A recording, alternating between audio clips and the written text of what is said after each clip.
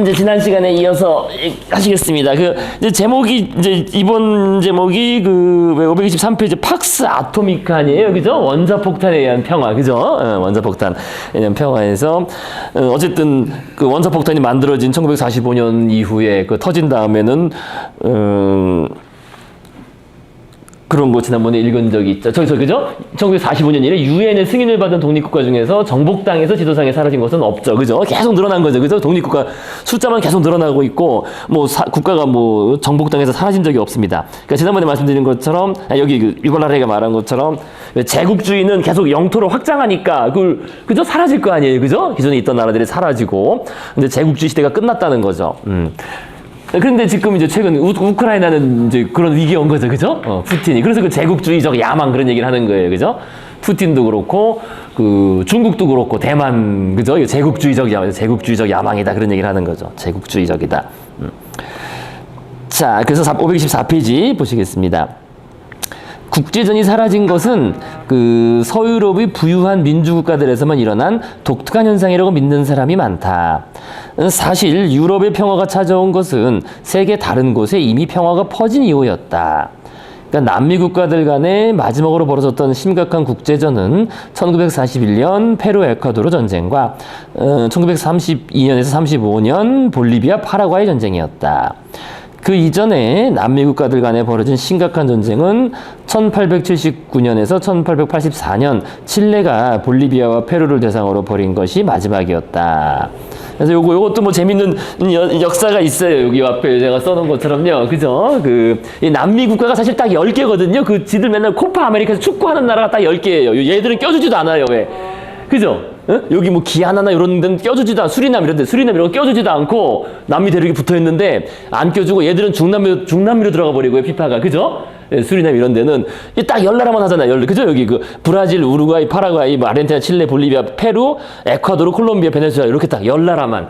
지들 맨날, 그죠? 거기서 10나라에서 월드컵이 3장 반인가?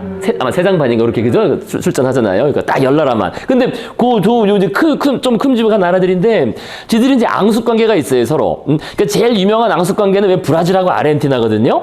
여기 쓴 것처럼. 그래서 1825년, 얘들 독립할 때가 대충 그때거든요? 그러니까 요게 이게 왜 독립을 하게 되냐면요, 그거죠, 1789년에 프랑스 대혁명이 있고, 그죠? 그 다음에 프랑스 대혁명 이후에 나폴레옹이 쿠데타로 정권을 잡으면서 전 유럽에 민족주의가 퍼져요. 민족주의. 우리는 우리 민족끼리 모여서 산다. 그래서 기존의 왕국을 해체하고 우리는 군주에 따라서 정해지는 게 아니라 우리끼리 산다 해서 민족주의가 퍼지는데 그것이 직접 먼저 실현된 게 사실은 남미라고 볼 수 있어요. 한편으로는.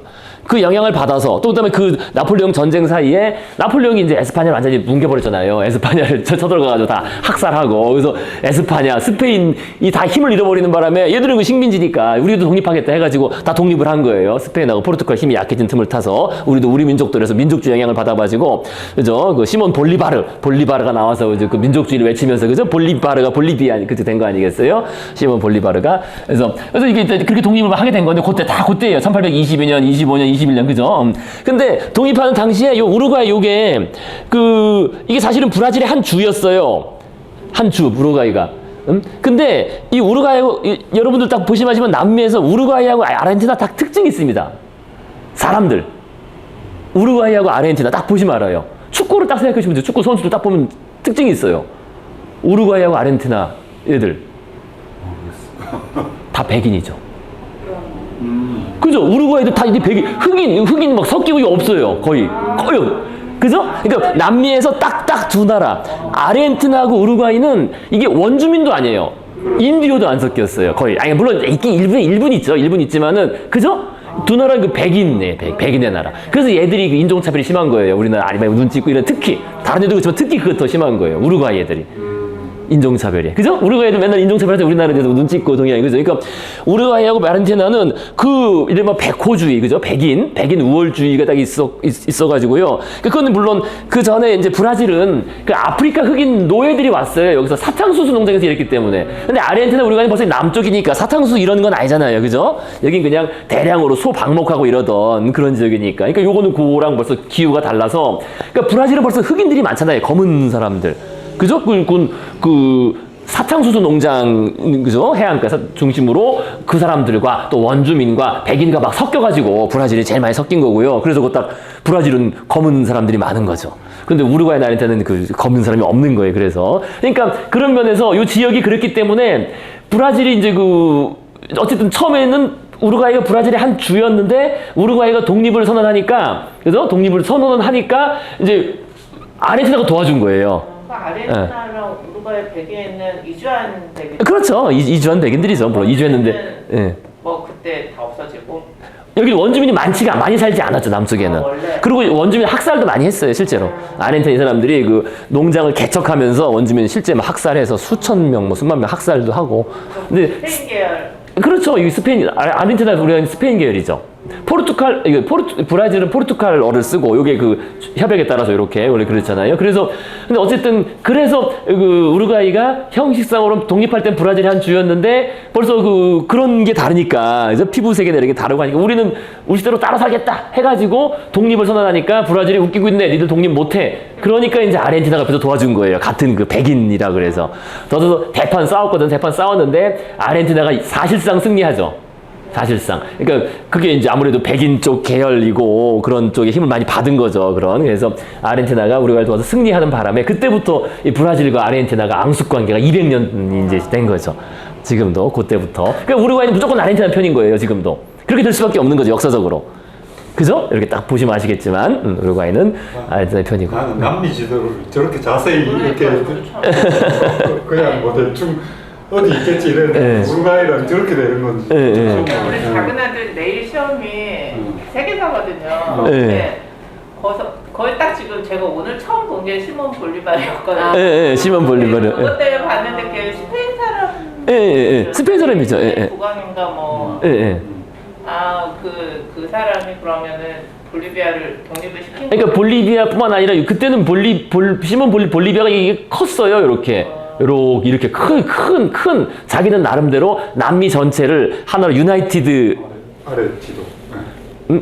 아니 요건 좀 다른 얘기고요. 어쨌든 근데 그게 또 쪼개진 거예요. 볼리바르의 그 뜻에 따라서 되지 않고 각 지역 정권별로 찢어져 가지고 볼리바르는 하나의 남미를 꿈꿨는데 남미에 독립된 그러니까 미국처럼 유나이티드 스테이트 아메리카처럼 남미도 그렇게 해보자 꿈꿨는데 뭐 밑에 사람들이 전혀 어쨌든 그래서요 그러니까 우루과이랑 이제 아르헨티나가 딱 그런 특징이 있습니다. 그래서 브라질하고 아르헨티나 우루과이가 그렇게 사이가 안 좋은 거고요. 어쨌든 아르헨티나 우루과이는 두 나라는 같이 간다 항상 그래가지고 요걸.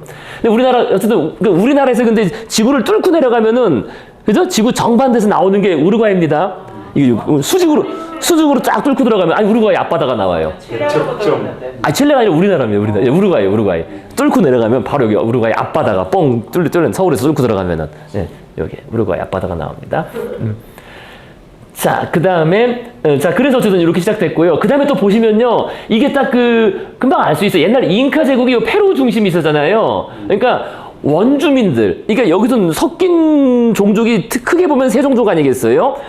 처음에 원주민들, 인디오들이 있었고, 그죠? 원주민들이 있었고, 그 다음에 근데 원주민도 사실 살짝 갈리죠. 어떻게 갈리냐면은 아마존 원주민하고 이쪽 원주민하고는 갈리긴 해요, 분명히. 그죠? 고산지대 원주민들은 벌써 이 페루 해서 우리 좀 동양 쪽에 가깝고, 아마존 밀림 속의 원주민들은 좀 작고 좀 더 약간 까마잡잡한, 그죠? 그것도 좀 많이 다르겠죠. 그래서 어쨌든 원주민이 있고, 그 다음에 흑인 노예들, 그죠? 수입된 흑인 노예들이 있고, 그다음에 물론 그 지배자 백인들과 뭐 백인 하층민들이 나중에 이주한 사람들이 있는 거죠. 그죠? 그래서 딱 보시면 아시겠지만, 그러니까 이 볼리비아, 페루, 그죠? 콜롬비아, 요런 쪽만 해도, 콜롬비아 쪽, 특히 요쪽은 원주민들이 많은 거예요. 비율이, 피가, 혈연 자체가. 그죠? 그 다음에 물론 베네수엘라도 그래도 베네수엘라도 상당히 흑인과 스페인 사람들이 나중에 많이 왔기 때문에 원주민은 좀 적어요, 오히려. 그래서 베네수엘라도 미인들이 많은 나라로 유명하잖아요. 그죠? 의사들이 너무 실력이 좋대요. 그래요? 인대회에 맞게 성형을. 맞아요. 성형의 나라로 해서.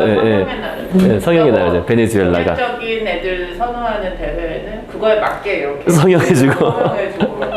어쨌든 그렇다고 합니다. 자, 그래서 어쨌든 요 페루하고 볼리비아하고 어쨌든 원주민 계통이 많고 파라과이는 뭐 대충 중간에 끼인 뭐 그런 나라인데요.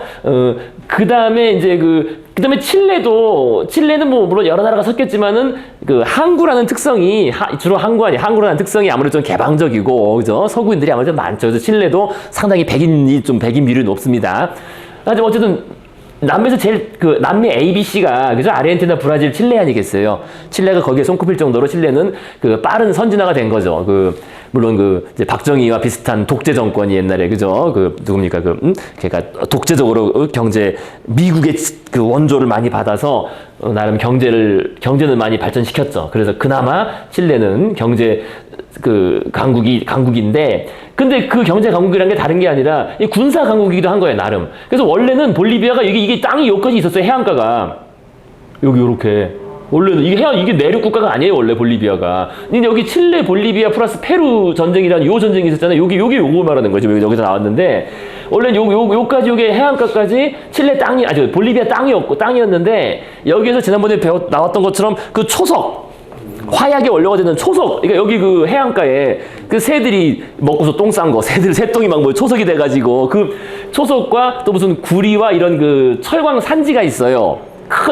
완전 사막인데, 이것도 사막입니다. 완전 사막인데, 사막 한가운데 그러한 철광, 구리와 이런 등등의 유명한 원산지가 있는데, 볼리비아 애들은 그걸 할 수가 없고, 그래서 칠레에서 땅을 빌려가지고, 우리가 대신 자원 개발하고, 그죠? 그러니까 왜냐면 자기들이 칠레가 철도도 있고 항구가 있으니까, 남쪽을 통해서 산업화가 빨리 됐으니까, 칠레가. 그래서 칠레가 이미 이제 산업화돼서 막 수출을 해줄 때, 그거를 일종의 빌려서, 그죠? 그 땅을 빌려서, 여기서 자기들이 사업을 했는데, 원래 볼리비아 땅이었고요. 그런데 볼리비아가 이제 그걸 우리가 내놔라. 우리가 하겠다. 이런 거예요. 근데 칠레가 우리 못 준다. 그럼 뺏으러 간다. 그래, 니는데요. 그래서 이게 싸운 겁니다. 싸워가지고 뺏어버린 거예요, 이거 사실은 이거. 땅이. 원래 볼리비아 땅인데, 그러니까 아직도 얘들은 자기네 딸의 땅이라고 하겠죠. 근데 볼리비아가 이제 이 남미에서 이 중에서 제일 못 사는 나라가 어느 나라인지 아십니까? 제일 못 사는 나라가 바로 볼리비아예요.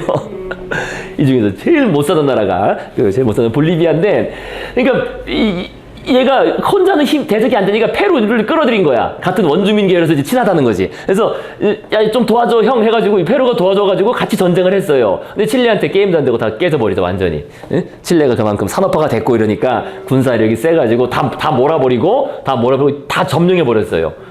그래서 이제 얘네랑 지도 그리는 게 다르겠죠. 여기. 그러니까 얘는 아직까지 그거를 자기네 땅이라고 주장하고 있고, 칠레는 그냥 우리 땅 돼버린 거다 해가지고 이 전쟁 요겁니다. 그래서 볼리비아는 내륙국가가 전락했다 그겁니다. 요걸 다 해안을 빼앗겨가지고 해안도 빼앗기고 거기 있는 엄청난 자원도 다 이제 빼앗겨버린 거죠. 계속 그거를. 그래서 요런. 이게 이제 큰 전쟁이고요. 그러니까 그 당시에는 아마 힘센 섬이라 다 가상하는, 사실 남미 넓은 대륙이 이게 특별히 주인이 없었던 거예요. 그래서 그 다음 전쟁도 마찬가지입니다. 그 다음 전쟁도 볼리비아가, 근데 이게 잉카의 피가 전해졌다 그래요. 그러니까 호전적인 거야. 그때 배웠죠, 그죠? 맨날 싸우는 거, 그죠? 볼리비아, 페루 싸우는 거 그렇게 좋아해요. 그래서 아까 나왔던 것처럼 이 페루가 이제 에콰도르 쳐들어가가지고 또 이 위에 거 뺏은 거 이거. 에콰도르가 인구가 작고 해서 뺏은 겁니다. 여기 아까 나왔던 그 전쟁이에요. 그 전쟁에서 여기 써있네. 그죠? 페루 에콰도르 전쟁에서 뺏은 거예요. 페루 그 위에서. 그러니까 페루와 볼리비아는 맨날 아래를 치고 싸운 거죠. 얘들 나라는. 그래서 요건 뺏은 거고, 요거에서. 그 다음에 요게 또 유명한 전쟁입니다. 그러니까 볼리비아가 원래 이렇게 이 밑에 여기 땅 크잖아요, 지금. 그죠? 땅 큰 이 그란 차코라는 이런 땅이 있는데 요걸 놓고 이제 파라과이랑 싸운 거지. 네? 우리 땅에다 내놔라 해가지고, 사실은 뭐 주인도 없는 그런 땅인데, 그죠? 이제 파라과이랑 싸워가지고, 브라질이 지원을 했나 해서 지원을 받은 파라과이가 간단히 이겨가지고 이 땅을 다 뺏어버린 거야. 원래 있던 땅보다 더 많이 뺏었어요, 파라과이가. 그래서 파라과이가 커진 거예요. 볼리비아는 또 뺏기고, 그죠? 또 뺏기고 해가지고, 볼리비아는 실제로 남아있는 땅이 없는 거지. 남쪽에 그나마 이 농사 지을 만한 땅도 뺏기고, 이쪽에 자원진도 뺏기고 해서 제일 못 사는 나라가 된 거예요, 이게. 근데 그만큼 호전적이라는 거지. 한편으로는 호전적이라는, 전쟁을 좋아하고 다 그런 걸 했습니다. 그래서 이게 이제 남미의 주요 국경선이 그려진 그런 배경이 되겠습니다. 그래서 얘들끼리는 원래 같이 붙어있는 나라끼리 사이가 좋지 않아요, 원래. 항상, 그죠? 그렇지 않고 그 그렇습니다. 와중에 브라질은 어떻게 이렇게 넓은 땅을 유지를 하고 있었어요. 브라질은 이게 포르투갈적 아니겠어요? 포르투갈 언어를 쓰고, 그다음에 사실 이 아마존은 아무도 가지 않은 땅이죠, 그냥 이렇게 그어진 거죠, 그냥, 그죠? 그어진 것 뿐인 거죠, 사실. 그러니까 굉장히 넓잖아요. 넓고, 이거는 탐사가 아직도 다 완전히 되지 않은, 그래서 이거 놓고는 아직도 그 영토 분쟁들이 있어요, 사실 아직까지도. 아마존 이 상류까지 어디냐 마냐에 대해서는 아직까지도 자기들이 정해지지 않은. 그러니까 사실 아마존이 이게 여기까지 이렇게 다 되기 때문에 요거를 다 빼고 나면은 해안가 포르투갈 정도 빼고 나면은 뭐 브라질도 그렇죠. 예. 지금 브라질 인구가 한 3억쯤 되나 벌써? 3억 돌파했나? 예, 그래도 큰 나라죠. 브라질 커졌죠. 예. 어쨌든 뭐 그렇게 됐습니다. 그러니까 브라질은 뭐 특별히 따로 뭐 쪼개지지 않은 거죠. 하나로 되고. 자, 그래서 어쨌든 여기 지금 그 정도. 그래서 남미들이 그렇게 한 19세기, 20세기 초까지 이렇게 치열하게 싸우고서 지금 저렇게 안정화가 됐는데, 그러나 이제 지금 말씀드린 것처럼 이게 이 사람들한테는 자기들끼리는 아주 견제가 심한 거죠. 그러니까 코파 아메리카 남미들 자기들끼리 축구 전쟁하면 거의 뭐 난리가 나는 거예요, 그렇게. 서로 다 뭔가 하나씩 있는 거예요, 서로. 이게 앙숙 관계가. 모든 판이 다 한일전이네, 저기. 예, 그 사실 그런 거예요, 어떻게 보면은. 자, 그 다음 보시겠습니다. 우리는 아랍 세계가 평화롭다고는 결코 생각하지 않는다. 그죠? 맨날 아랍 쪽은 맨날 싸운다 생각하는데, 하지만 아랍 국가들이 독립을 얻은 후에, 그죠? 1차 세계대전 이후에, 그죠? 한 국가가 다른 국가를 대대적으로 침공한 일은 한 차례밖에 없었다. 그러니까 1990년 이라크의 쿠웨이트 침공, 요거는 제가 따로 뭐 안 썼는데, 이때 사담 후세인이 쿠웨이트가 우리 원래 한 주다. 원래는 한 주였어요. 하나의 주. 그죠? 독립하기 전에 하나의 주니까 우리가 원래 땅을 회복한다 해서 쳐들어가가지고 쿠웨이트 귀족들은 다 도망가 버리고 그냥 아주 가볍게 점령을 했었죠. 점령을 했었는데 이제 미국이 개입해가지고, 그죠? 미국이 제1차 걸프전이죠. 이게 미국이 개입해가지고 바로 후세인을 퇴각시켰죠. 자, 그다음에 국경에서의 충돌은 상당히 많았고, 예컨대 1970년에서 시리아와 요르단, 다른 나라의 내정에 무력 개입한 사례도 많았다. 시리아의 레바논 개입. 그러니까 요것도 마찬가지입니다. 국경 충돌이라는 게, 이게 다 국경이라는 게 서구 애들이 이렇게 선을 그어놓은 거니까요, 그죠? 그다음 내전도 많았고, 그죠? 알제리 내전, 예멘 내전, 뭐 리비아 내전, 뭐 최근에, 그죠? 리비아 카다피 죽고 이런, 뭐 벌써 이것도 10년도 넘은, 그죠? 수많은 쿠데타와 혁명이 있었다. 하지만 걸프전을 제외하면 아랍 국가의 대대적인 국제전은 없었다. 무슬림 세계 전체로 시야를 확대해 보아도 추가되는 사례는 딱 하나, 이란 이라크 전뿐이다. 이게 아주 가장 치열한 전쟁 중에 하나죠. 이란하고 이라크가 서로 싸우는 거에서 터키 이란전이나 파키스탄 아프가니스탄전, 인도네시아 말레이시아전 같은 것은 없었다. 자, 아프리카의 상황은 이런 장밋빛이 아니었다. 하지만 심지어 그곳에서도 대부분의 분쟁은 내전과 쿠데타였다. 그러니까 뭐 정확히 말하면 부족 전쟁이죠. 그죠?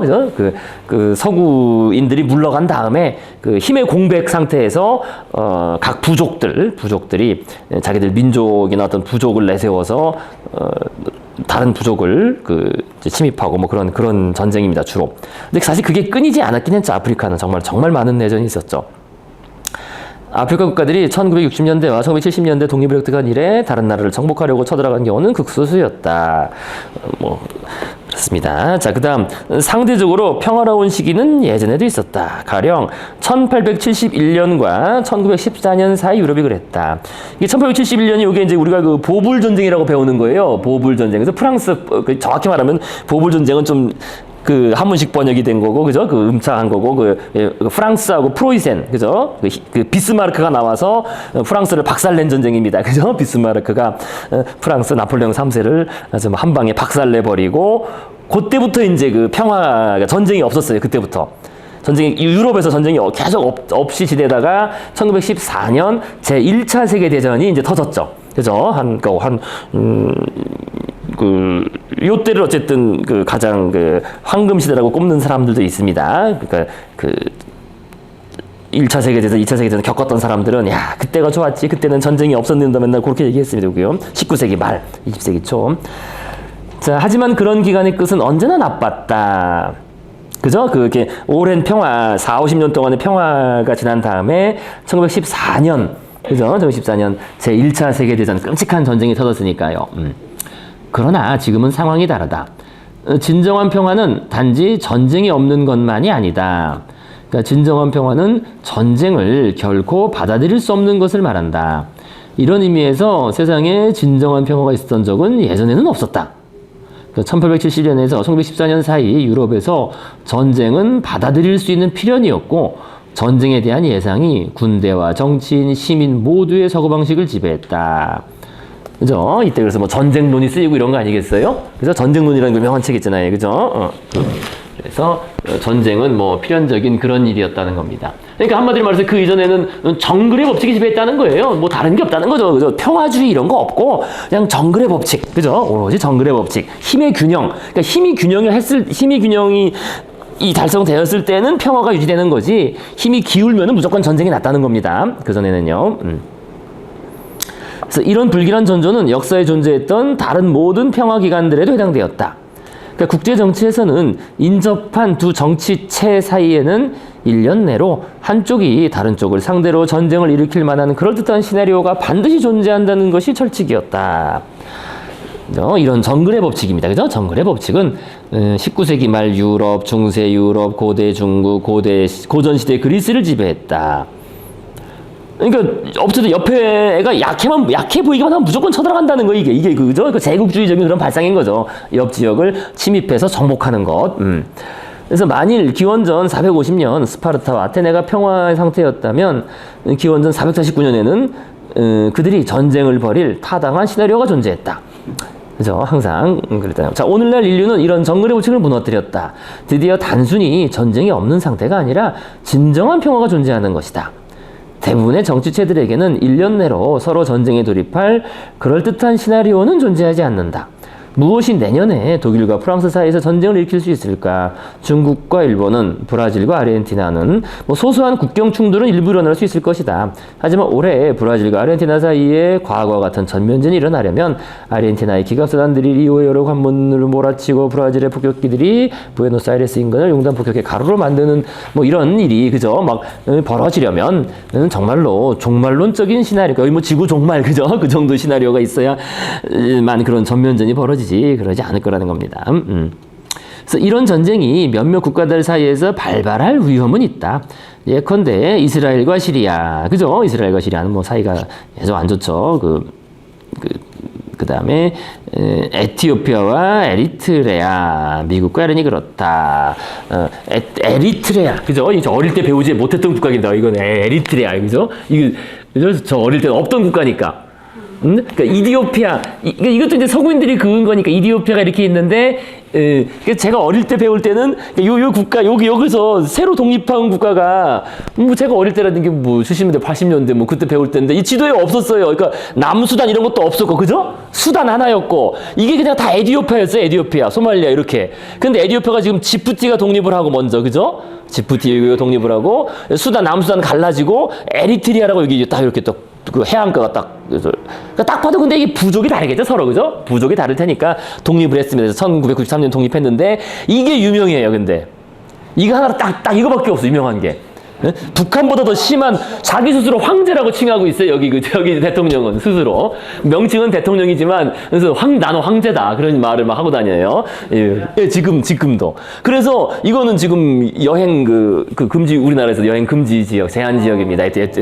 에리트리아는 여기는 이거 어떤지도 전혀 모르잖아요. 나오지도 않고 뉴스도 나오지도 않고 그죠? 우리나라에 그래서 어쨌든 그런 나라예요.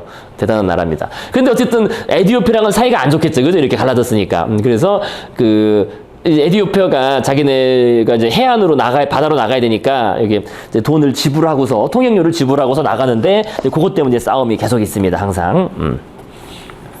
이게 그 얘기예요. 그래서 에티오피아와 에리트레아. 그럼 에티오피아가 해안선이 없네. 없어진 거죠. 내륙국가 돼버린 거죠. 그러네. 예. 근데 이게 이제 아까 말씀드린 것처럼 부족이 원래 달랐을 거 아니겠어요? 해안 부족과 내륙 부족은 달랐을 테니까. 예. 그래도 남한 북한을 이탈리아에는 안 나오네요. 예, 안 나오죠. 예, 남한 북한은. 예. 발발 위험해. 예. 하지만 이는 법칙을 증명하는 예외일 뿐이다. 물론 미래에는 규칙이 바뀔 수 있다. 그래서 오늘날의 세계가 믿을 수 없을 정도로 순진했다는 깨달음이 뒤늦게 올지도 모른다. 하지만 역사적 관점에서 볼 때 우리의 순진함 자체가 더없이 매혹적이다. 평화가 너무나 널리 퍼져 있어서 사람들이 전쟁을 상상조차 할 수 없던 시대는 과거에는 달리 없었다는 거예요. 그래서 이처럼 행복한 진전을 설명하기 위해서 학자들은 우리가 결코 읽어볼 엄두가 나지 않을 정도로 많은 책과 논문을 써서 이 현상에 기여하는 요인을 몇 가지 확인했다. 그러니까 왜 이렇게 이제 평화가 오래 지속되느냐, 그죠? 첫 번째는 이제 요거의 제목입니다. 아까 봤던 그죠? 팍스 아토미카. 첫 번째는 다른 무엇보다 전쟁의 대가가 극적으로 커졌다. 그러니까 모든 평화상을 종식시킬 노벨 평화상은 원자폭탄을 개발한 로버트 오펜하이머와 그의 동료들에게 주어져야 할 것이다. 이게 맞는 말이에요. 원자폭탄을 만드는 바람에 이게 지금도 푸틴이 뭐 껐다하면 원자폭탄 쓴다 그러지만 그걸 못 쓰거든. 대가가 커지니까, 그죠? 대가가 너무나 커지니까. 그래서 핵무기는 초강대국 사이의 전쟁을 집단 자살로 바꿔 놓았으며, 그러니까 군대의 힘으로 세계를 지배하는 시도를 불가능하게 만들었다. 그 군대를 다 없앨 수 있는 힘이 생겨버렸기 때문에, 그죠? 그래서 이게 이제 가장 큰 아까 제목에 나왔던 팍스 아토미카라는 거예요, 그죠? 그러니까 물리력으로, 그러니까 대량의 핵무기가 존재하기 때문에 강대국들의 전쟁은 집단 자살을 의미하며 물리력으로 세계를 지배하는 것은 불가능해졌다라는 요게 전쟁의 대가가 커졌다. 첫 번째 원인. 이건 뭐 부정할 수가 없어요. 부정할 수 없는 그런 일입니다. 자, 말 그대로 종말론적인 게 아닌 이상은 전쟁이 일어나기가 어렵다. 그다음에 둘째, 전쟁의 비용이 치솟은 반면 그 이익, 그죠? 이익이 이제 별로 없다는 거예요, 이익이. 그러니까 역사상 대부분의 기간 동안 정치 조직체들은 적의 영토를 약탈하거나 병합함으로써 부를 획득할 수 있었다. 그러니까 대부분의 부는 들판과 가축, 노예와 금 같은 물질적인 것이었기 때문이다. 때문에 저 약탈이나 점령이 쉬웠다. 근데 그 땅을 뺏으면 다 거기 있는 땅에 있는 게 다 따라오니까요, 그죠? 그래서 오늘날 부는 주로 인적 자본과 조직의 노하우로 구성된다. 그 결과 이것을 가져가거나 무력으로 정복하기가 어려워졌다. 그래서 캘리포니아를 생각해보자. 처음에 그 부의 원천은 금강이었지만 오늘날은 실리콘과 셀룰로이드, 영화 필름, 그죠? 그죠? 그 캘리포니아 헐리우드, 그죠? 를 기반으로 하고 있다. 실리콘밸리와 할리우드의 영화사는 말이다. 만일 중국이 캘리포니아를 침공해 샌프란시스코 해변에 100만 명의 형사를 상륙시키고 내륙으로 돌려고 한다면 어떤 일이 일어날까? 이들이 얻을 것은 별로 없다. 그죠? 실리콘밸리에는 실리콘 광산이 없다. 그죠? 부는 구글의 엔지니어들과 할리우드의 대본가, 감독, 특수효과 전문가의 마음속에 있다. 이들은 중국의 탱크가 선셋대를 진입하기 전에 인도의 방갈루르나 뭄바이로 향하는 첫 비행기 몸을 싣고 있을 것이다. 이런 식으로, 그죠? 부가 그러니까 실제로 침입을 해서 땅을 뺏어봤자 뭐 별로 얻을 게 없다는 거예요. 그러니까 우리나라 같은 경우도 그러니까 그 반도체 엔지니어들 중국에서 그죠? 그 엔지니어들을 사는 게 중요한 거지 뭐 쳐들어오는 게 소용이 없는 거죠. 가령 이라크의 쿠웨이트 침공처럼 아직도 세상에서 벌어지는 몇 안 되는 국제적 전면전이 구식의 물질적 재화가 부의 척도인 지역에서 벌어진다는 사실은 우연이 아니다. 그죠? 쿠웨이트의 시크 교도들은 해외로 달아날 수 있지만 유저는 그대로 남아서 점령되었다. 그래서 후세인이 요거 이제 뺏으려고, 그죠? 쿠웨이트를 침략을 했었죠. 전쟁의 이익이 전만 못해진 데 비해 평화는 과거 어느 때보다도 수익성이 좋아졌다. 전통 농업 경제 체제에서 장거리 교역과 해외 투자는 부차적인 일이었다. 그래서 따라서 전쟁 비용을 피하는 것을 차치하면 평화는 그다지 수익을 낳지 못했다. 만일 1400년 프랑스와 영국이 평화관계였다면 프랑스인들은 무거운 세금을 내지 않아도 되었을 것이고 영국 침략군의 파괴에 고통받지도 않았을 것이다. 하지만 이것을 제외하면 평화가 딱히 프랑스인들의 지갑을 불려주지는 못했을 것이다. 평화롭다 해서 뭐 얻는 건 없다는 거죠. 특별히, 그죠? 현대 자본주의 경제체제에서 대외 교역과 투자는 매우 중요해졌다. 그러므로 평화는 훌륭한 배당 이익을 낳는다. 중국과 미국이 평화를 유지하는 한 중국인들은 미국의 제품을 팔고 월스트리트에서 거래하며 미국의 투자를 받아서 번영할 수 있다. 자, 그죠? 그래서 그 전쟁의 이익이 작아졌다. 평화가 오히려 그 이익이 크다는 겁니다. 마지막 요인은 세계 정치 문화. 그죠? 문화라는 게 결국 우리 사람들의 정신이에요. 그죠? 문화에 지각 변동이 일어났다는 점이다.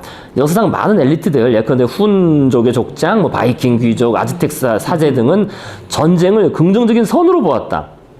그렇죠. 전쟁을 해야 자기들이 이익을 보니까 뺏어와야 된다. 그죠? 한편 다른 사람들은 악으로 보기도 했지만 필요악으로 여겼으므로 자신에게 유리하도록 바꾸는 편이 낫다고 생각했다.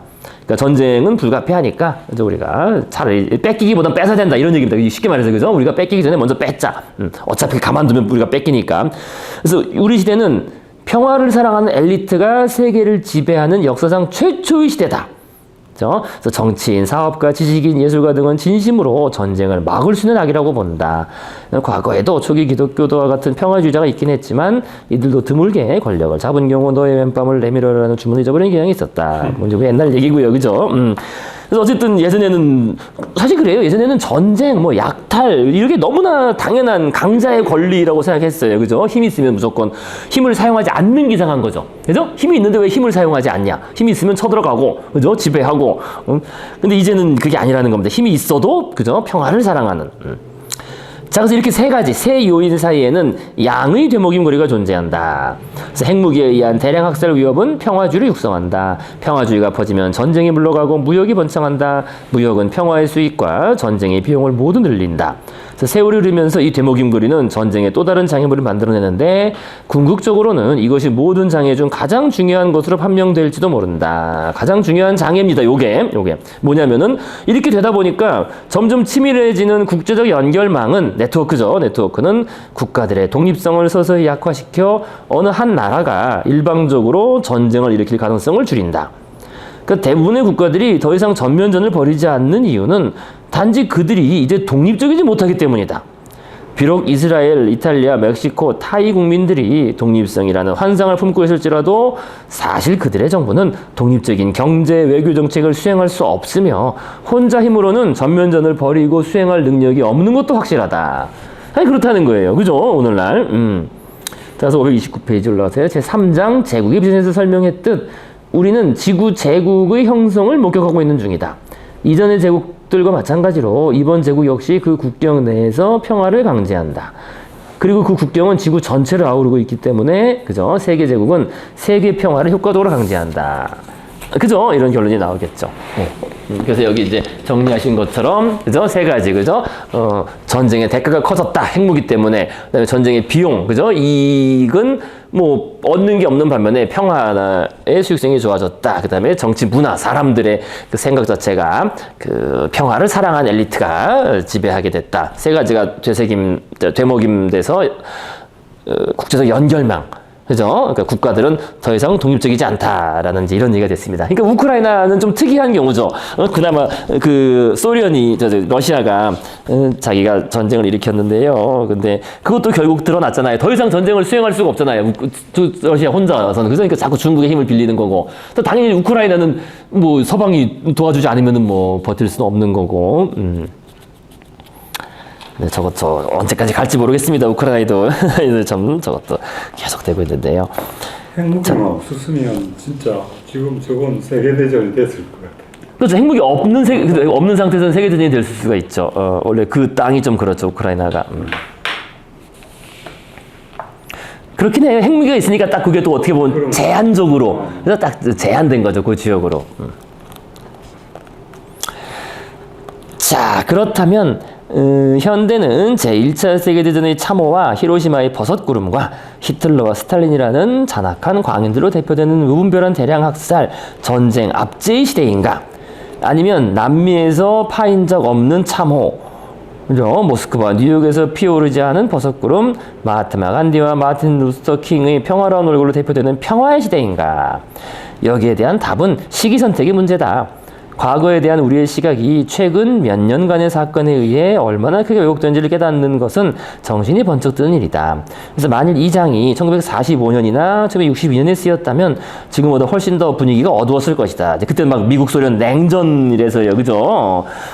야, 이거 냉전 때문에 이게 우리 인류가 멸망할지도 모른다. 막 그때는 그랬을 텐데.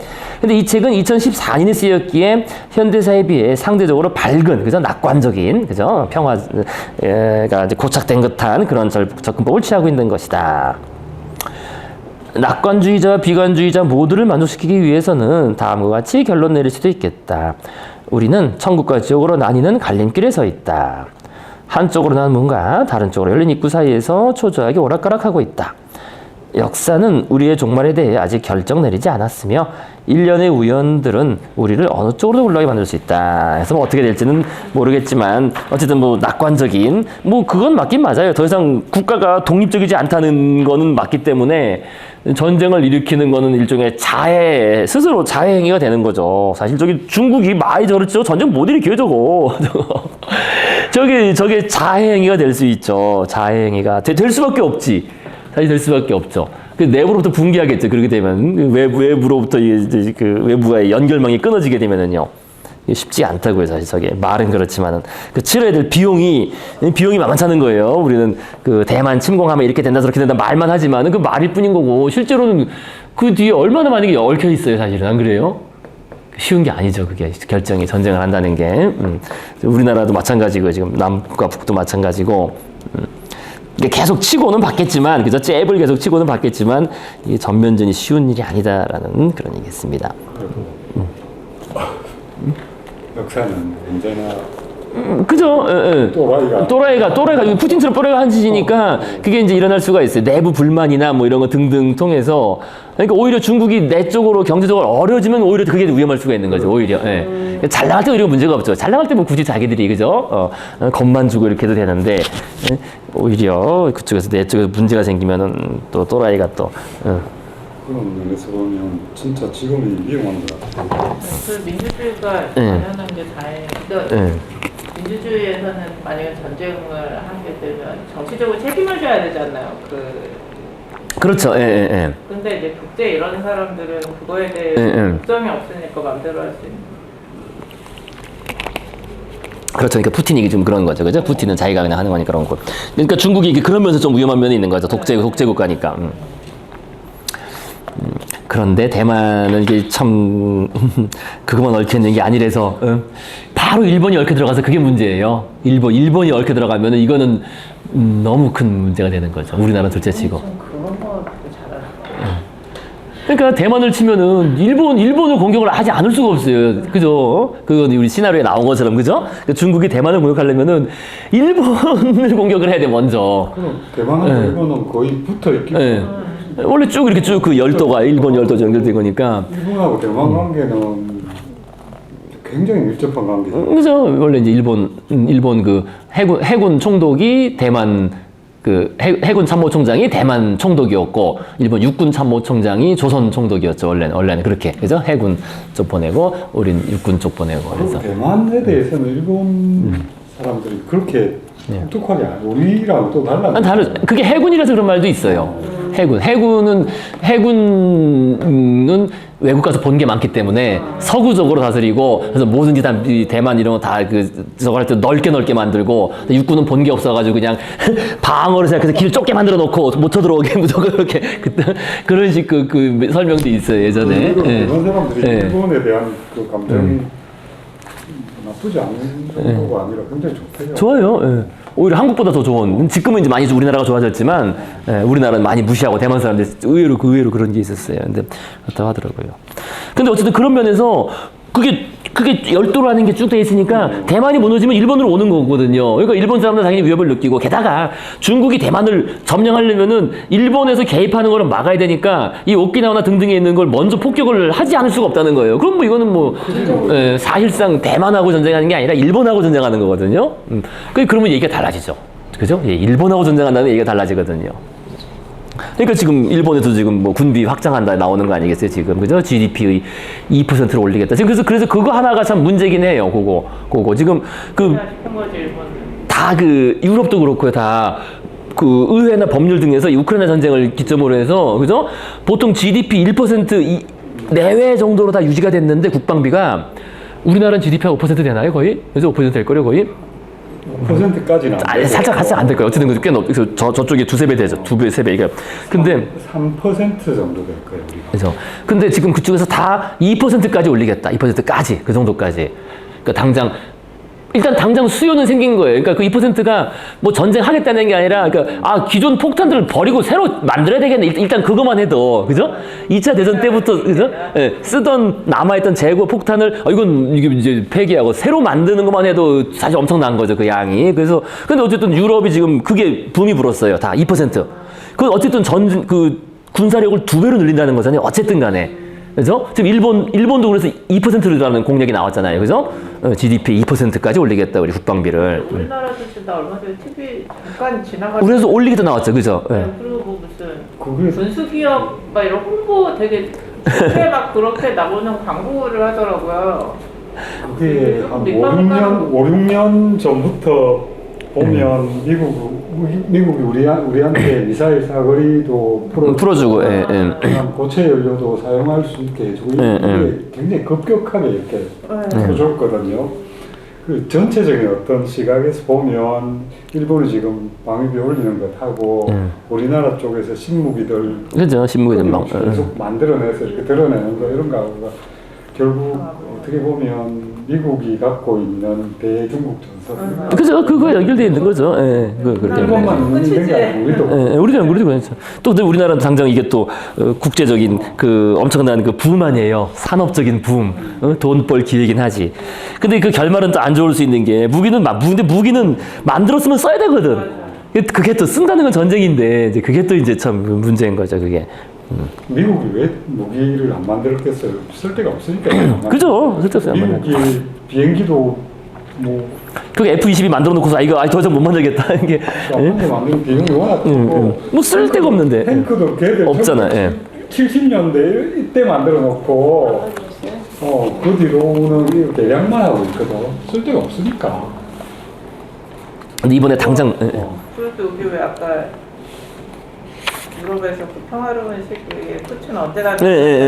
그게 조금 그게 좀 걸리긴 해. 그래서 걸리죠. 예, 예. 일본에서 걸리더라고요. 전쟁을 기억에서 잊어버린 세대와 뭐 요런. 근데 이제 민주주의라는 게 참 중요한 장치긴 한데, 근데 독재자 또라이가 나오면 또 이게 또 문제가 될 수가 있어요. 우리는 그래도 계속 전쟁을 기억하고 있자. 예. 무기도 만들고 그래서 어쨌든 아까 모르잖아요. 근데 말씀드린 가장 큰 게 아까 그거예요. 근데 이게 국제적 연결망 이것 때문에 그렇게 되고 나면 만약에 전쟁하고 나면은 그 뭐 아마존 뭡니까 그 뭐예요? 그 알리바바 다 거래 중지되는 거지. 미국으로 뭐 상품이 오가지 않는데 그럼 기업들이 망하는데 기업들이 가만 내버려 두겠나? 그죠? 기업들이 야 우리 전쟁 못해 이다 벌써 그 소비자나 국민들이 기업들이 아니, 그죠? 코로나 한 번만 겪었어도 지금 다 완전히 아니, 네, 그렇죠. 그것 때문에 또 진짜 우리나라 주가를 그러니까 우크라이나도 어떻게 보면 먼 나라인데 그것 때문에 막 식량값이 막 오내리고 이러니까 이게 그만큼 영향이 막 식용유 맞아요. 식용유 아니고 진짜 그러니까 완전히 하나가 다 묶여 있어. 이제 그러니까요 정말. 옛날 같지 않은 거야. 그래서 사실 쉽지는 않아요. 올해. 그러니까 올해 그렇게 잠깐 뭐 누가 열받아서 뭐 한 대 칠 수는 있어도 이게 스스로를 파괴시키는 게 돼버리기 때문에. 우크라이나 너무 생각보다 오래 가고 오래 있지 가니까 않나? 그게 3차 대전이라고. 진짜 몇 달 만에 끝날 줄 알았는데. 또 이제 그렇게 보면 거꾸로 말하면 우크라이나가 국제적으로 별로 중요한 나라가 아니었구나라는 것도 알 수 있는 거예요. 그게 연결이 돼 있으면은 난리가 났을 텐데 처음에 잠깐 그 식량 뭐 이런 거 받고 이제 다 또 해결된 거야. 다른 식으로 알아서 다 그죠? 그러네. 참 우크라이나도 불쌍한 나라긴 해요. 참 보면은 그것도 나름 큰 나라인데. 뉴스도 잘 안 나오잖아요. 뉴스도 잘 안 나오죠. 우크라이나. 역사적으로 계속 그랬습니다. 거기는 그랬죠. 아주 스탈린한테 그 땅에서 나는 곡물을 다 차출당하고 그 전에 러시아 짜르 시대도 왜 그죠? 항상 농민 반란은 우크라이나에서 반란이 있었거든요. 거기 항상 착취가 심하니까 그게 가장 그 비옥한 땅이니까요. 거기가. 우리도 보면 착취 제일 많은 데가 전라도예요. 그렇잖아요. 전라도 저기 착취가 많았죠. 땅이 비옥하니까 옛날에는 없는 동네야 뭐 다. 가져갈 게 없으니까 그냥. 강원도가 그랬을 거예요. 뭐 동학 뭐 이런 것도 뭐 출발은 그렇죠. 그래서 했지만 결국 일어나는 거 착취고 많은 곳에서 한 거죠. 작물이 많이. 자, 그러면은 이제 계속 쭉 해서 오늘 좀 빨리 끝내도록 하시겠습니다. 이제 19장으로 갔습니다. 행복에 대한 이야기인데요. 이거 하다 보니까 이게 역시 이제 다음 주에 주로 많이 하시겠지만 할 얘기가 많아요. 행복 관련해서는. 그래서 오늘 뭐 조금만 이제 인트로덕션만 좀만 하시고 그리고 그들은 행복하게 살았다 이렇게 돼 있습니다. 지난 500년은 깜짝 놀랄 만한 혁명이 연쇄적으로 일어난 시기였다. 그래서 지구는 단일한 생태적, 역사적 권역으로 통일되었다. 경제는 지수적으로, 그죠? 기하급수적으로 성장했으며, 오늘날 인류는 예전이라면 동화에서나 들어보았을 부를 누리고 있다. 그죠? 그래서 과학과 산업혁명 덕분에 인류는 초인적 힘과 실질적으로 무한한 에너지를 갖게 되었다. 사회 질서는 완전히 바뀌었으며 정치, 일상, 생활, 인간의 심리도 그렇게 되었다. 자, 이제 그 다음 핵심 물음이 이겁니다. 하지만 우리는 더 행복해졌는가? 그죠? 그러니까 행복이 증진되었는가? 그죠? 이전보다 더 증진되었는가? 지난 5세기 동안 인류가 쌓아온 부는 우리에게 새로운 종류의 만족을 주었는가? 무한한 에너지원의 발견은 우리 앞에 무한한 행복의 창구를 열어주었는가? 좀 더 옛날로 거슬러 올라가자면 인지혁명 이래 험난했던 7만 년의 세월은 세상을 더욱 살기 좋은 곳으로 만들었던가? 바람 없는 달 표면에 지워지지 않을 발자국을 남겼던 닐 암스트롱은 3만 년 전 쇼벨 동굴에 손자국을 남겼던 이름 모를 수렵 채집인보다 더 행복했을까? 만일 그렇지 않다면 농업과 도시, 글쓰기와 화폐제도, 제국과 과학, 산업을 발전시키는 것이 무슨 의미가 있을까? 자, 그래서 이제 이 유발 하라리는 요건 참 의미가 있다고 생각해요. 저도 그 531페이지 맨 위에, 그죠? 이런 질문을 제기하는 역사학자는 드물다. 역사학자인데, 그죠? 지금 가치론적인 물음을 던지고 있어요. 요거 아주 좀 이런 관점은 괜찮다고 봅니다. 그래서 역사학자들은 우르크와 바빌론의 시민이 자신들의 수렵 채집인 선조보다 행복했을까? 이슬람교가 등장해서 이집트인들의 삶이 더욱 만족스러워졌을까? 아프리카에서 유럽 제국이 붕괴한 것이 수없이 많은 사람들의 행복에 어떤 영향을 미쳤을까를 묻지 않는다. 이제 이제까지 역사서를 이걸 안 물어봤다는 거예요. 하지만 이것은 사람이 역사를 향해 물을 수 있는 가장 중요한 질문들이다. 그래서 현대 이데올로기와 정치 프로그램 대부분은 무엇이 진정 인간을 행복하게 하는가에 대해서는 거의 모른다. 그러니까 민족주의자 또는 국가주의자는 그러니까 정치적 자기결정권이 우리 행복의 필수 요소라고 믿는다. 이게 국가주의라는 번역이 좀 더 맞긴 맞아요. 내셔널리즘인데요, 그죠? 그러니까 우리 국가의 결정은 우리 스스로 한다, 그죠? 민족 자결권이죠, 그죠? 민족 자결권. 공산주의자는 프롤레타리아 독재가 시행되면 모두가 행복할 것이라고 가정한다. 자본주의자는 오로지 자유시장만이 최대 다수의 최대 행복을 보장할 수 있다고 주장한다. 자유시장이 경제를 성장시키고 물질적 풍요를 가져오며 사람들로 하여금 자립적이고 기업가적인 진취성을 갖도록 가르친다는 것이다. 만일 진지한 연구조사 결과 이런 가정이 틀렸다는 것이 증명된다면 어떨까? 그러니까 만일 경제성장과 자립이 사람들을 행복하게 만들지 않는다면 자본주의점은 무엇일까? 만일 대제국의 식민이 독립국의 식민보다 일반적으로 더 행복하다는 사실이 확인된다면 예컨대 가나 사람들이 영국의 식민 지배를 받았던 때가 내부에서 자라난 독재자의 지배를 받을 때보다 더 행복했던 것으로 판명된다면 어찌 되는가? 이것이 사실이라면 우리는 탈식민화 과정에 대해 민족 자결의 가치에 대해 뭐라고 말할 것인가? 그러니까 이제 기준을, 그죠? 우리 판단 기준을 행복, 그죠? 행복으로 봐야 되는 거 아니냐? 이제 그런 문제 제기예요, 그죠? 그래서 이 모두는 가설적 가능성에 불과하다. 지금까지 역사학자들은 이런 질문에 대답하는 것은 고사하고 질문을 제기하는 것 자체를 피해왔기 때문이다. 질문을 자체를 피했다는 겁니다. 그들은 모든 것의 역사를 연구했다. 정치, 사회, 경제, 성역할, 질병, 성적 특질, 식량, 의복 등등. 하지만 이것들이 인류의 행복에 어떤 영향을 미치는지 멈춰서 생각하는 일은 드물었다. 자, 그래서 이제 결국 이제 요 얘기입니다. 요 얘기요. 이게 새로 파일을 또 새로 옮겨서. 이 파일은 다시 또 카톡에 올려드리겠습니다. 내일이나 뭐 이렇게 해서요. 앞에 있던 파일은. 그러니까 역사에서 가장 중요한 물음은 있는데 우리는 더 행복해졌는가? 그죠? 그러니까 이게 한마디로 말하면 이거예요. 그러니까 그동안 역사학은 어떻게만 탐구했다는 거예요. how. 그죠? 이게 어떻게 해서 이런 일이 발생했는지, 어떻게 해서, 그 경제체제가 변했는지, 어떻게 해서 전쟁이 발생했는지, 그 사람들이 먹는 식량이 어떻게 변화했는지, 그런 어떻게만 탐구해왔다는 건데, 지금 이 유발 하라리 얘기는 이 가치론적인 물음을 던져야 된다는 거예요. 가치론. 그죠? 역사학이 진정한 가치를 가진 학문이 되기 위해서는 가치론적인 물음에 대한 물음과 평가에 대한 논의. 그러니까 왜 그거를 바꿨어야 했느냐? 무엇을 위해서? 왜? 그러니까 행복을 결국 이제 그래서 이 사람 답은 행복이죠. 그러니까 행복이라는 목적을 우리가 궁극적인 목적으로 본다면은 그것이 과연 바뀌는 게 옳았느냐, 과연 행복이 증진됐느냐. 그래서 그 물은 결국 그거거든요. 근데 사실 이거는 그동안 역사에서는 이 사람 말대로 묻지 않았죠. 계속 역사학은 하우만 탐구해 왔죠. 그죠? 우리가 이걸 왜 이 사람들이 이렇게 했어야 되겠느냐. 그거에 대한 탐구를 하지 않았다는데 그런 뭐 아주 날카로우면서도 중요한 문제 제기라고 생각을 합니다. 아니, 근데 네.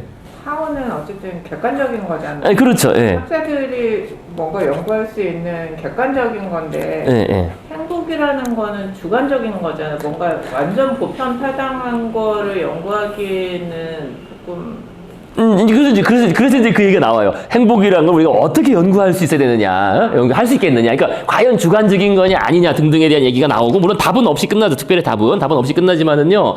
근데 이제 그 가치적인 평가가 없으면은 사실 문제가 되긴 되는 거죠. 왜냐면 그걸 왜 평가를 해야 되냐면요. 그러니까 옛날 이 사람들은 이렇게 해서 뭐 이렇게 바꿨는데 제도를, 그죠? 그것은 왜 바꿨느냐고 했을 때.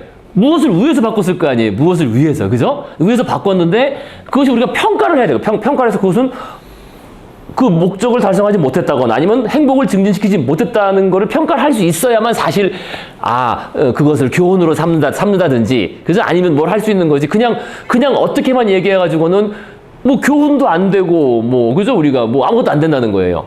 그죠? 타산지석도 안 되고.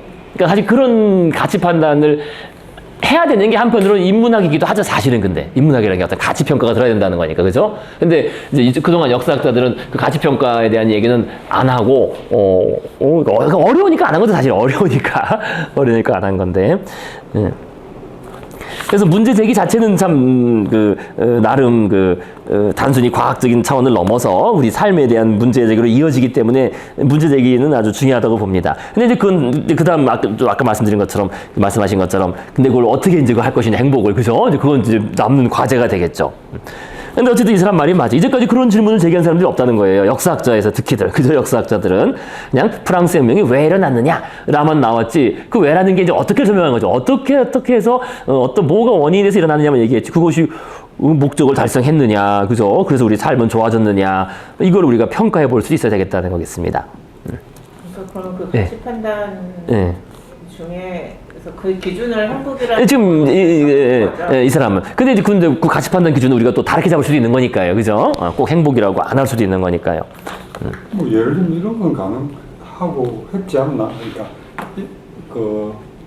어떻게 보면 근대 이후에 인권이라고 하는 그런 것들이 확장되는 그런 것들, 이런 거 그걸 뭐 객관적으로 행복하고 바로 연결할 수는 없지만 그런 거는 비교적 수치로도 등장하고.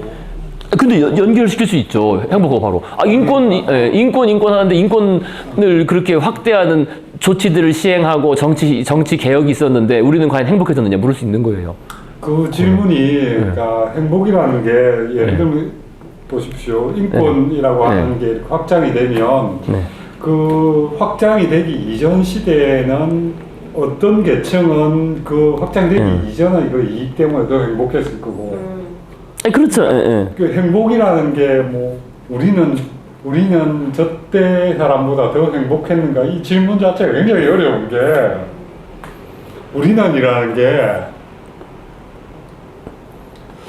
이게 계급적으로 아닐 테고 지역적으로도 아니고 이런 거 아닐까요? 그걸 그렇죠. 근데 그러니까 할 수는 있죠. 근데 역사학에서 그걸 답할 수 있는 거죠. 그래서 그쪽 사람들은 좋아졌을 거고 이거 나빠졌을 거고 얘기도 해볼 수 있는 거죠. 어떤 조건이나 정해서. 행복에 대한 얘기인 거 아니에요? 내가 행복을 추구할 자유, 그러니까 나의 행복을 추구할 자유. 이 질문을 하긴 했는데 난 이 질문이 잘 안 떠오르요. 던질 수 있는 질문인가 하는 생각이 좀 들어요. 좀 새로운 질문이고 이미 있긴 할 것 같은데. 알겠습니다. 근데 우리 헌법에도 있잖아요. 우리는 행복을 추구할 권리가 있다. 그러면은 그 이전 사람들도 어쨌든 행복에 대해서는 그런 가치는 추구해야 되는데 이제 그 당시에 그걸 바꾸거나 하려는 기득권의 행복을 추구하자고는 이렇게 온 게 아닌가, 그렇게 흘러온 게 아닌가 하는 생각도 듭니다. 근데 그것도 하나의 평가니까 그렇게 평가하면 그게 평가가 되는 거겠죠. 예, 예. 자, 그래서 이제 그런 이제 큰 물음을 가지고서 한번 보시면 접근해 보시면 흥미롭겠습니다. 자, 그래서요 계속 보시면요 행복의 장기적 역사를 연구한 사람은 드물지만. 그러니까 행복의 역사를 연구한 사람은 사실 드문다는 거예요. 지금 위에처럼 뭐 식량의 역사, 의복의 역사를 연구한 사람은 많은데 행복의 역사를 연구한 사람은 드물다. 하지만 거의 모든 학자와 보통 사람이 여기에 대해 막연한 선입견을 가지고 있다. 그러니까 요거 미리 보고 들어가시면 쉽겠습니다. 제가 정리해놨어요. 미리 보면은 세 가지예요. 인간 행복이 역사적으로 어떻게 옛날 사람부터 어떻게 됐느냐, 역사적 추이에 대한 세 가지 관점. 첫 번째, 대부분 사람들이 가지고 있는 일반적 통념은 야, 그래도 옛날보단 지금이 좋지 이 얘기입니다. 그죠? 옛날 뭐 지금도 뭐 나빠진 것도 있지. 하지만 전체적으로 봤을 때 인간 행복은 지속적으로 증가해 왔다. 그죠? 진보적인 관점, 직선적 발전 관점이 일반적인 통념입니다. 그죠? 야, 그래도 옛날 무식할 때보다 낫지 이런 식으로. 그 왜냐? 역사가 진행되면서 인간의 힘, 능력, 그래서 우리 과학, 지식이나 기술이나 뭐 에너지 사용량이나 이런 게 증가했기 때문에 커졌으니까 그 힘으로 우리는 우리 스스로의 행복, 그죠? 고통을 감소시키고 스스로의 행복, 그죠?를 증진시킬 수 있었다. 이게 이제 첫 번째 견해고요. 첫 번째 견해. 자, 그 다음에 이제 두 번째는 아니다. 점점 나빠졌다. 그죠? 옛날 사람들이 더 행복했다. 아무것도 모르고 살 때가 좋았다. 그게 이제 낭만주의적 관점이라 그래요. 아무것도 모르고 그냥 살 때가 좋았지. 인류가 점점 더 많은 힘을 가지게 될수록 그 힘 가지고 서로가 서로를 그저 착취를 하고 또 스스로를 막 그저 스스로한테 힘을 힘들게 하고 해서 우리는 우리의 진정한 어떤 자연적인 욕구와 행복, 만족스러운 삶에서 점점 더 멀어져 갔다. 요게 이제 낭만주의적 관점입니다. 그죠? 점점 나빠졌다. 그 다음에 세 번째는 이제 이 책에서는 중도적이라고 번역을 했는데요. 중도가 아니라 이제 혼합적 관점이에요. 두 관점을 혼합해 보는 것. 그래서 이럴 때도 있고 저럴 때도 있다는 건데 이제 과학혁명을 기준으로 보통 얘기해요. 과학혁명 이전에는 꽤 비참하게 살았지만 과학혁명 이후에는 그래도 우리의 행복은 분명히 커다란 성취가 있었다. 이제 아까 말씀드린 것처럼 폭력도 감소하고 인권 증진되고 대규모 기근 없고 이런 것 등등에서는 진보가 있었다는 이런 크게 이렇게 세 가지 관점으로 딱 지금 정리가 되고 요 서론이 그렇게 얘기가 되고 있습니다. 이거 알고 보시면 금방 보실 수 있겠죠. 이렇게 그래서 이 부분 쭉 보시고 오늘 마무리하시면 될 것 같습니다. 자, 그래서 첫 번째 얘기가 그겁니다. 첫 번째 이거 관점이에요. 저 말씀드린. 그래서 그죠? 행복의 장기적 연구는 사람 드물지만 거의 모든 학자와 보통 사람이 여기에 대해 막연한 선입견을 가지고 있다. 흔히들 역사가 지속되는 기간 동안 인간의 능력은 계속 커졌다고 생각한다. 그죠? 그래서 인간은 불행을 줄이고 자신의 소망을 충족하는 일에 능력을 사용하는 것이 일반적이므로 그렇다면 우리는 중세시대의 선조에 비해 틀림없이 행복할 것이다. 또한 중세 사람은 석기시대 수렵채집인보다 틀림없이 행복했을 것이다. 하지만 이런 진보적 설명은 설득력이 없다. 이걸 알아라. 이 견해는 이건 그렇지 않다. 익히 아는 바대로 새로운 재능, 행태, 기술이 반드시 더 나은 삶을 만들어주는 것은 아니다. 인류가 농업혁명에서 농경을 배웠을 때 집단으로서 이들이 환경을 바꾸는 힘은 커졌을지 모르지만 수많은 개인의 삶은 더 팍팍해졌다. 이거 앞에서도 이제 나왔었죠. 그죠? 그러니까 농부들은 수렵채집인들보다 열심히 일해야 했지만 먹는 음식은 영양가도 더 적었고 근근히 버틸 양밖에 되지 않았다. 그리고 질병과 착취에 훨씬 더 많이 노출되었다. 이와 비슷한 예로 유럽 제국의 확대는 아이디어와 기술과 농작물을 이동 순환시키고 새로운 상업로를 개척한 덕분에 인류의 집단적 힘을 크게 늘렸다. 그저 인류 전체로 보면 힘이 늘었지만 하지만 수백만 명의 아프리카인 아메리카 원주민, 호주 원주민에게는 좋은 소식이 아니었다. 그죠? 이런 식으로 꼭 행복이 커졌다고 이렇게 계속 증가해 왔다고 볼 수가 없다는 겁니다. 자, 그다음요. 그다음에 두 번째 견해입니다. 그러니까 인간이 권력을 남용하는 경향이 있다는 사실은 이미 증명되어 있다. 이를 감안하면 사람들이 더 많은 영향력을 누리면 더 행복해질 것이라고 생각하는 것은 순진한 태도로 보인다. 그래서 이 견해에 반대하는 사람 중 일부는 정반대 입장을 취하여 인간의 능력과 행복 사이에는 역관계가 존재한다고 믿는다. 권력은 부패하기 마련이며 인류가 점점 더 많은 힘을 갖게 될수록 우리의 진정한 욕구와는 동떨어진 차가운 기계적 세상이 만들었다는 것이다. 이 차가운 기계적 이런 게 이제 낭만주의적 관점에서 나오는 잘 쓰는 말이에요. 그들에 따르면 진화의 결과 우리 마음과 신체는 수렵체 지변의 삶에 맞도록 주조되었다. 그러나 우리가 처음에 농업으로 그 다음에 산업으로 여행한 탓에 우리는 부자연스러운 삶을 살 수밖에 없다는 선고를 받았다. 타고난 성향과 본능을 모두 표현할 수 없으므로 가장 깊은 욕구를 만족시킬 수 없는 삶이라는 것이다. 도시 중산층의 안락한 삶을 이루는 어떤 것도 매머드 사냥에 성공한 수렵체 지빈인 무리가 경험한 흥분의 도가니와 형언할 수 없는 기쁨에 근접할 수 없다. 새로운 발명이 하나씩 이루어질 때마다 우리는 에덴의 낙원으로부터 몇 킬로미터씩 멀어질 뿐이다. 자, 그래서 만든 게 게임이죠, 게임. 이 매머드 사냥에 성공한 수렵체 지빈 이런 걸 우리 오늘날 그때도 말씀드렸죠. 오늘날은 이게 우리가 그 진화한 그 환경에서 할 수 있는 그런 게 없어. 흥미진진한 경험 뭐 이런 게 없기 때문에 이제 게임을 만들어가지고 그 게임 속에서 모험을 하고 뭐 이런다라는 그런 설명도 있습니다. 자, 하지만 이처럼 모든 발명의 뒤에서 어두운 그림자만을 보려는 낭만적 고집, 이게 낭만주의적 관점입니다. 낭만적 고집은 진보가 필연이라는 믿음에 못지않게 교조적이다. 이것도 이제 너무 독단적이라는 거예요. 그래서 우리는 우리 내면의 수렵체 지빈과 접촉이 끊겼을지도 모르지만 그게 꼭 나쁘기만 한 것은 아니다. 예컨대 지난 2세기 동안 발전한 현대의학 덕분에 어린이 사망률은 33%에서 5% 이하로 떨어졌다. 이 사실이 의학이 발달하지 않았더라면 사망했을 어린이 본인뿐 아니라 그 가족과 친구들의 행복이 엄청나게 기여했다는 것을 의심할 사람이 과연 있을까? 자, 그래서 그죠? 이 낭만주의적 관점도 그냥 무조건 안 좋아졌다라고 보는 것도 문제다. 뭐 그런 얘기입니다. 그래서 이보다 좀 더 미묘한 것은 그러니까 호남론입니다. 호남론적 입장이다. 과학혁명이 일어나기 전에는 권력과 행복 간에 분명한 상관관계가 없었다. 그래서 중세 농부는 실제로 그들의 수렵체 지빈 조상보다 더욱 비참하게 살았을지 모른다. 하지만 지난 몇 세기, 그죠? 과학혁명 이후 몇 세기 동안 인류는 스스로의 능력을 더욱 현명하게 사용하는 법을 배웠다. 현대의학의 승리는 한 예에 불과하고 이외에도 전대미문의 성취가 많다. 폭력은 급격히 줄었고 국제전은 사실상 사라졌으며 대규모 기근은 거의 자취를 감추었다. 하지만 이 또한 과도한 단순하다. 그죠? 첫째, 낙관적 평가의 표본으로 삼은 기간이 너무 짧다. 그러니까 과학혁명 이후니까 뭐 몇백 년 안 되는 거죠. 그래서 인류 대다수가 현대의학의 결실을 누리기 시작한 것은 1950년 이후의 일이고 어린이 사망률이 급격하게 떨어지는 것은 20세기 일어난 100년도 안 된 일입니다. 현상이다. 대규모 기근은 20세기 중반까지도 상당 지역에 큰 피해를 입혔다. 1958년, 1961년 중국 공산당은 대약진 운동 당시 1천만 명에서 그죠? 요거 한 5천만 명이 굶어 죽었죠. 정확히 몇 명 죽었는지 모르죠. 어쨌든 엄청 죽었습니다. 1,000만 명 단위로. 국제전이 드물어진 것은 1945년 이후에 와서였는데 대체로 핵무기로 인해 인류가 절멸할 위협이 새로 등장한 덕분이었다. 따라서 판단하기엔 아직 이르다. 최근 몇십 년이 인류에게 전대미문의 황금시대, 그죠? 골든에이지였지만 이것이 역사의 흐름이 근본적으로 바뀐 것을 대변하는 현상인지 아니면 단명할 행운의 회오리 바람에 불과한지 말하기는 이르다. 우리가 현대성을 판단할 때 21세기 서구 중산층의 시각을 취하려는 유혹을 크게 느끼지만 우리는 19세기 웨일즈의 광산 노동자, 중국의 아편 중독자, 태즈메니아 원주민의 시각을 잊어서는 안 된다. 원주민 트루가니는 이게 그 최후의 그 태즈메니아 원주민이었죠. 그때 사진 보셨죠, 그죠?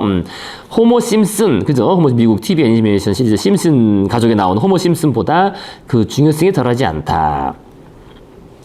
자, 그 다음 둘째, 지난 반세기는 짤막한 황금시대였는데 이것조차 미래에 파국을 일으킬 씨를 뿌린 시기였다는 사실이 나중에 확인될지도 모른다. 특히 이제 생태하고 연관해서 그렇다는 거예요. 지난 몇십 년간 우리는 지구의 생태적 균형을 수없이 많은 새로운 방법으로 교란해 왔으며 이것이 끔찍한 결과를 빚고 있는 중인 듯하다. 우리가 무모한 소비의 잔치를 벌이면서 인류 변형의 기초를 파괴하는 중이라는 사실을 가리키는 증거는 많다. 자, 그래서 결론적으로 우리는 다른 모든 동물의 운명을 깡그리 무시할 때만 현대 사피엔스가 이룩한 전례 없는 성취를 자축할 수 있다. 우리는 스스로를 질병과 기근으로부터 보호해주는 물질적 부를 자랑하지만 그중 많은 부분은 실험실의 원숭이, 젖소, 컨베이어 벨트의 병아리 희생 덕분에 축적된 것이다. 지난 2세기에 걸쳐 수백억 마리의 동물들이 산업적 착취체제에 희생되었으며 그 잔인성은 지구라는 행성의 연대기에서 전대미문이었다. 만일 우리가 동물 권리 운동가들의 주장을 10분의 1만이라도 받아들인다면 현대의 기업농은 역사상 가장 큰 범죄를 저지르는 중이라고 말해도 지나치지 않다. 지구 전체 행복을 평가할 때 오로지 상류층이나 유럽인이나 남자만을 대상으로 하는 것은 잘못이다. 인류만의 행복을 고려하는 것도 마찬가지로 잘못일 것이다. 자, 어쨌든 이건 그래서 유발 하라리 자신의 기준, 자기가 내세운 기준입니다. 그죠? 그러니까 이 사람의 기준은 항상 그 개체의 행복. 그러니까 딱 고통, 그죠? 고통과 행복을 딱 둘로 나누고 있어요. 나눠가지고. 그러니까 이런 다른 동물들의 고통, 그러니까 지구 전체를 봤을 때 그 고통을 느낄 수 있는 존재들의 고통이 커졌다면은, 그죠? 전체적인 행복이 증가했다고 볼 수 없다. 이렇게도 보는 거예요. 그죠? 더 확대시켜서 지금. 그죠? 이 사람 관점은. 그러니까 인류만 행복을 고려할 수는 없고, 인류를 포함해서 고통과 행복을 느낄 수 있는 존재들은 다 고려해야 한다. 그래서 우리가 역사 전체적으로 행복이 증가해 왔느냐? 그죠? 그런 식으로 평가해야 된다라고 자기가 나름 기준을 세운 겁니다. 근데 뭐 우리가 그 기준 자체를 받아들일 필요는 없죠. 기준은 다를 수가 있어요. 근데 어쨌든 그 물음 자체는 나름 의미가 있다고 봐요. 그죠? 그 가치론적인 평가, 그죠? 역사 과정을 단순히 어떻게뿐만 아니라, 그죠? 그것의 가치를 평가해보는 그런 시각을 우리가 곁들여야 된다라는 게 나름 의미가 있다고 봅니다. 그런 제안은요, 항상 생각을 해야죠, 그런 생각을.